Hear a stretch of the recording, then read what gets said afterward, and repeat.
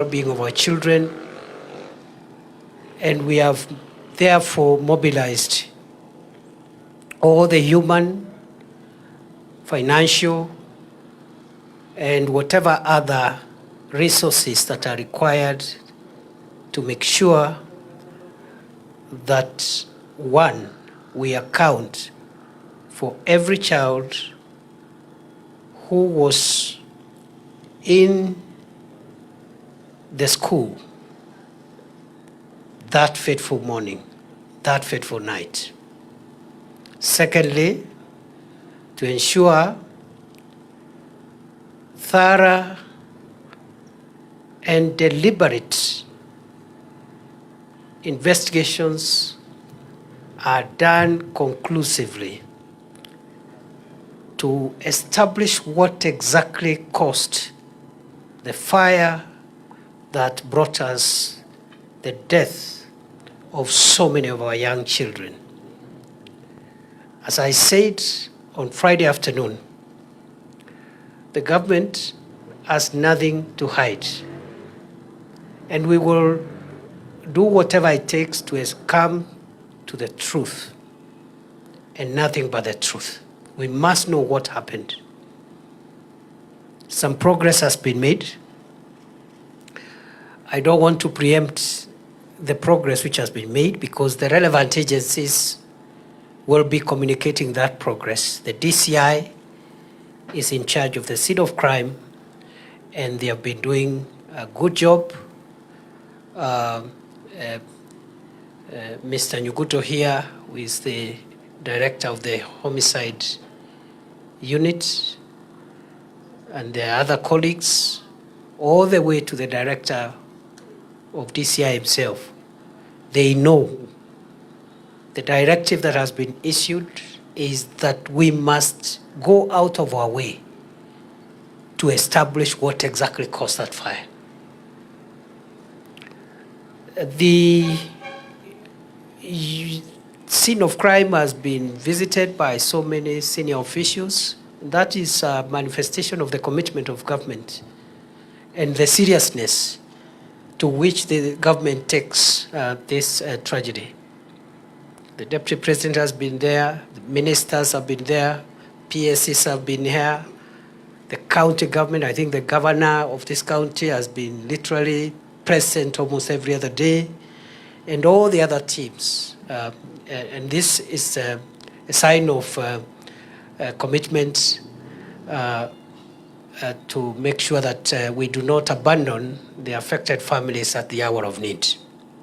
The second issue is to say that now that that is going on at the scene of crime, we have ongoing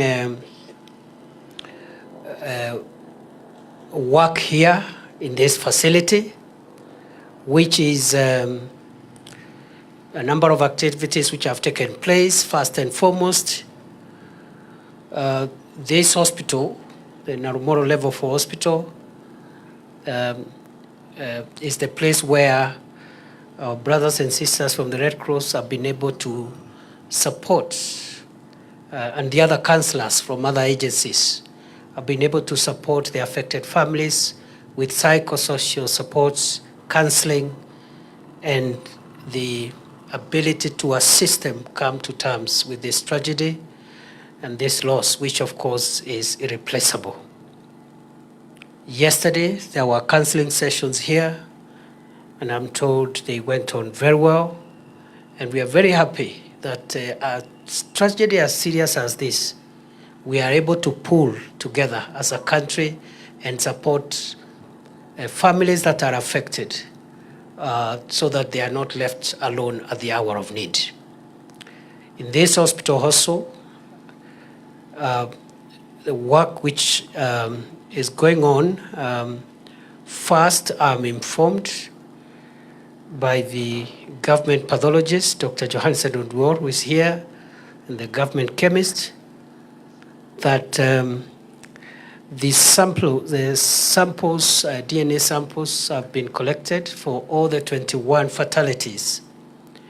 And given the facilitation that has been given by the government, as the President directed that we do, it is possible in a not so long period to be able to match those DNA samples with the bodies of our dear children who perished in that fire, so that after that, the bodies can be released to their loved ones for final rites of resting them. Today, I've also been informed we have been able to proceed with autopsy of the 21 bodies and the remains of our children who are in this mortuary. And I'm told again, I think we are almost at the tail end. We've done quite a bit of post-mortem. I think only a few bodies are remaining. I therefore want to thank, on behalf of government, all those who have made the burden lighter on the families that are affected. We don't take it for granted. Kenya Red Cross, thank you. KEMRI, government chemist, government pathologist, DCI, homicide, forensic, the county government of Nyeri, through the governor, the CEC for Health is here, and the other colleagues, councillors, morticians. It has taken the effort of many of us. The police, the Ngao team, they have all done a good job. And therefore, as we continue to mourn these children, I want also to appreciate the support we've got from the community here around the school, but generally in Nyeri County. They have taken this matter with the sobriety that it deserves. And we've not had a lot of excess or out of the way issues. And before I end my remarks, because what brought me here this afternoon was first to visit the teams that are here, to encourage them and to reaffirm and reassure them that the government appreciates what all of you are doing here. And this is work like no other. This is not an ordinary job. I've just come from inside this morgue. And to work in this kind of environment, even if it is your profession, you require special grace and special sacrifice. And therefore, I just want to thank all of you, because if you didn't do what you're doing, we will not have the closure and the truth that we are looking for. It will not be possible because there is no one to do investigations, or they are not committed to it, and so forth and so on. So I want to therefore thank all of you. I want to appreciate you and reaffirm and reiterate the support of government to this cause. I have noted also that even the community has been very understanding, and even if most of the grief is from this locality, there is a way in which the community here appreciates that we are all together in this grief. However, I have seen some statements made by some unknown people through social media about numbers. And I want to put the record straight for the avoidance of doubt. And I would like to say the following. that a matter like this is a national security matter. That's why you're seeing us here from time to time. If it wasn't a serious national security matter, the security minister will not be coming here every 2 other days. He'll be somewhere else where there is a security matter. And being a national security matter, we have made it very clear that we have nothing to hide.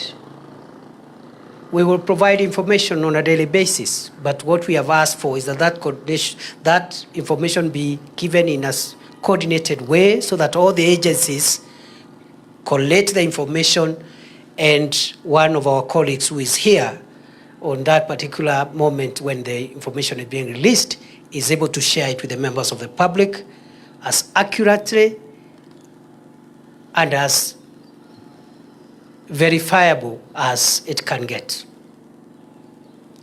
So far, I have seen some statements not associated with any known person, because these are posts in social media about numbers.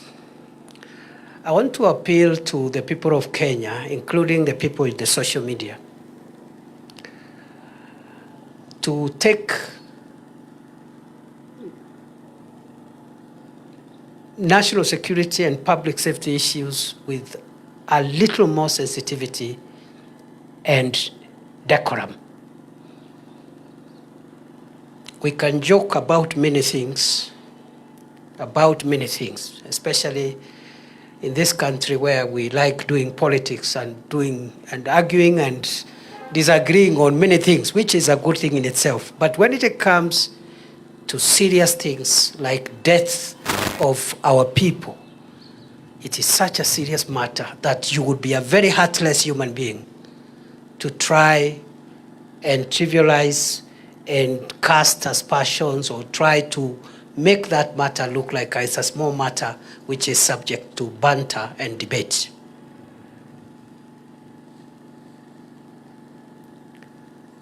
I repeat, security communication is sensitive. It must be done carefully by the right person who has the authority to say that. There are some things even myself I cannot say. I will defer to the relevant agencies to say it themselves. So let us be careful, because it is clear, dear Kenyans, it is clear that we lost children, and it is bad. It is a bad thing. We just hope it never happened. It is unfortunate it happened. But it is also clear that now we are in a good place to confirm the numbers of the affected children who were in that dormitory. When I came on Friday, there was a lot of push, especially from the media, for me to say how many children are where, and I resisted that temptation deliberately. And I said, I'm sorry, even if I disappoint you, I will not give you that information at that time, because we were still reconciling. Some children had rent to neighbors, some other children had been picked by parents, some children we suspected were still trapped. They had already died and they were in the scene of crime, which we had not started processing. So it would have been very reckless for me to come and saying, okay, this is the number of children that are affected this way or that way. But today, I am reliably informed that that process of reconciliation and accountability of the numbers is complete. That on the school, that school, and let me read so that I also don't run the risk of getting it different.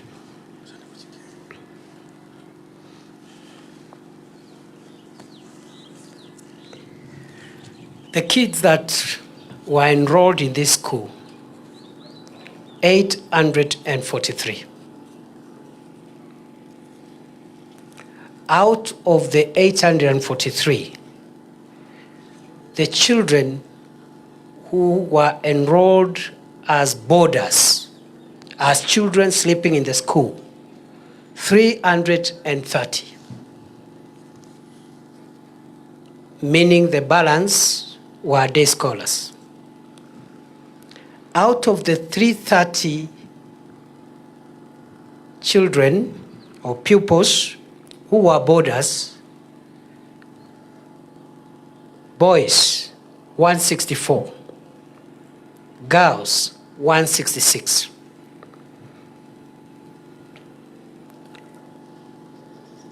As you are aware, the dormitory that burned down was the boys' dormitory, which had or was supposed to have all the boys, and the number I've given is 164. Out of the boys who were supposed to be in that dormitory, the 164, 143 are alive. And out of the 143, 140 are with their parents. 3 are still receiving treatments, and we believe they will be released to their parents as soon as they are certified, fully recovered by the doctors. And therefore, 140 of the boys are with their parents, 3 in hospital, total 143. The fatalities, 21 children unfortunately perished in that fire. Any other person trying to play whatever game, trying to advance some whatever other statistics, is a heartless criminal and an enemy of the society. Because when we are hurting at a time like this, this is not the time to bring triviality. Once more, the government regrets the tragedy that struck our children at Hillside and Arusha School. The government sympathizes with the affected families. The government will support those families to ensure there is closure and to ensure there is justice, because we will find the truth. We will establish the truth of what happened. In the event that this catastrophic event was caused by a person, we will pursue and get justice on behalf of the families and all those people who may have contributed to this tragedy through action, inaction, conduct, misconduct, advertently, inadvertently, will be brought to account. Nawashukuru sana, nawatakia baraka ya Mwenyezi Mungu. Yaliyotendeka hapa ni mambo ya kusikitisha. Tunaomba radhi na kuwapatia pole familia zote zilizohusika. Kwa sasa watoto walioathirika, kati ya watoto 843 waliokuwa katika shule hii, ni watoto 330 waliokuwa wanafunzi wa mabweni wa kulala. Kati ya hao 164 walikuwa wavulana na 166 wasichana. Bweni lililochomeka ni bweni la wavulana ambao nimesema walikuwa 164. Kati ya hao watoto ama wavulana 143 wako hai, 140 wakiwa na wazazi wao, 3 wakiwa hospitalini. Kwa bahati mbaya tumepoteza wavulana wetu 21 wamehifadhiwa katika chumba hiki cha kuhifadhia maiti. Upasuaji unaendelea. Tumechukua chembe ambazo zitatumiwa katika kutambua miili ya hao watoto ili tuwapatie wazazi wao waende wakawapumzishe, na serikali itatoa msaada wowote ambao utahitajika kusaidia familia hizi. Nashukuru vitengo vyote vimehusika katika kusaidiana katika utekelezaji wa kazi hii, ikiwemo idara ya upelelezi wa jinai, idara ya upasuaji wa maiti na idara zingine zikiwemo shirika la Msalaba Mwekundu, serikali ya kaunti ya Nyeri na idara zingine zote vikiwemo vitengo vya usalama na maofisa wa utawala. Asanteni sana, Mungu awabariki. Na naomba tuachie hapo. Kama kuna taarifa zingine mungetaka, wenzangu wako hapa. The officers you see here are very senior officers. They will give you on a needs basis, if it is possible, whatever information required. Thank you very much. God bless you. I'll see you again in a few days. Nitarudi tena. Asante. God bless you.